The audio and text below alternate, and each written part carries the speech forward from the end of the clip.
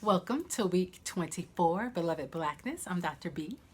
So we've been talking over the past few weeks about the notion of culture and the different layers of culture. Feel free to go back to the previous weeks to learn more. The upper layers, the manifestations, the middle layer aspects, and the lower level, the deepest layer factors, per Dr. Wade Noble's African-centered scholar and psychologist, who has a lovely diagram really indicating each of those different layers. And so the past few weeks I've gone through each one of those different layers, and we're on manifestations. And so this week I mentioned in our last vlog that I would talk about rituals.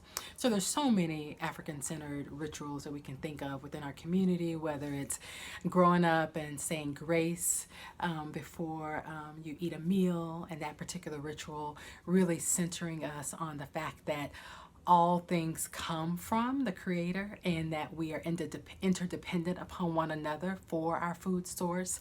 So whether it's those farmers who farm, or those people who have prepared the food in terms of chefs, or the hands who prepared it if your parents or someone in the home prepared it. So it's a way of acknowledging the interconnectedness of all of life and knowing that all of life comes from Spirit and the Creator.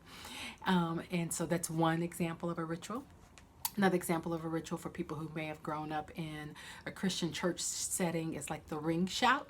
So you've seen people who, the folks would say in church, caught the Holy Ghost. And a group of people would, particularly usually women, would circle that person, one, so they wouldn't hurt themselves. But that's a ritual that's also connected to our indigenous experiences in terms of West Africa. And so that's another ritual. And then a few weeks ago, maybe about 5 weeks ago, I talked about or demonstrated the ritual of a libation as a way of honoring. It's really a way of honoring all aspects of life. And so if you remember when I poured the water libation, I talked about water being the essence or symbol of the essence of life.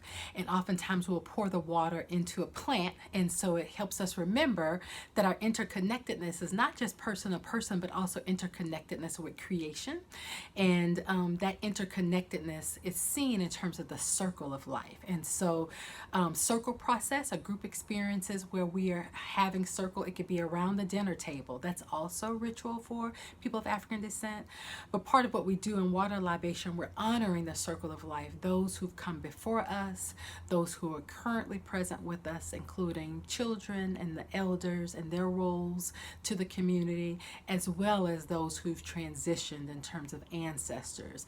And the idea behind a water libation is that by remembering, so it's not like you're worshiping anybody, it's a fact of an act of remembrance. And so when you remember those who have either yet to be born or who've already transitioned, it's bringing into your conscious awareness, but also your spiritual awareness, that their presence continues to live throughout your life, and that you are not in this life alone, and that you are not in life as an individual identity, but that your personhood is directly connected to the personhoods of all of those that you're connected to, starting first with your family line and then broadening that out to everyone who has been a part of your survival as a person, as a family, as a community, as a cultural group, as people.